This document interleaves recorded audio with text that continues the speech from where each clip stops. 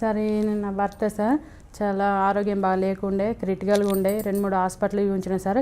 Kidney fail అన్నారు sir, ఊపిరితిత్తులు కూడా ఫెయిల్ అన్నారు సార్.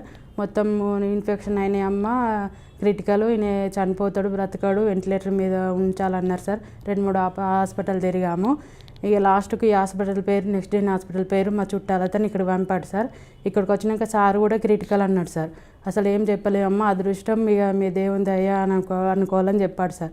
ఆయన మంచిదని చెప్పేసిన, ఓకే చెప్పేసాం సార్. మేము చెప్పేసినాక ట్రీట్మెంట్ అందించారు సార్. విజయ్ కుమార్ సార్ అన్నీ చెప్పారు సార్. ట్రీట్మెంట్ ఇది ఇట్లా జరుగుతుంది, అట్లా జరుగుతుంది అని చెప్పాడు సార్. మేము కూడా దానికి ఒప్పుకున్నాం సార్. స్టాఫ్ కూడా సపోర్ట్ బాగుంది సార్. ఇక్కడ ప్రతిదానికి వాళ్ళు ఏదైనా కూడా స్పందించారు సార్. దానికి ఇక ఒక రోజు అయింది, కొంచెం మన తెలివికి వచ్చింది సార్. ఇక అట్లా ఇన్ఫెక్షన్ కొంచెం కొంచెం తగ్గుకుంటా మంచిగా అయింది సార్. ఇప్పుడు ఈ కాలు కూడా ఇన్ఫెక్షన్ అయింది సార్. దానివల్ల ఇది సిజరీన్ చేసింది సార్. కొంచెం ఇన్ఫెక్షన్ కూడా తగ్గింది, సిజరీన్ అయింది, మంచిగా అయింది సార్. ఈరోజు డిశ్చార్జ్ అన్నారు.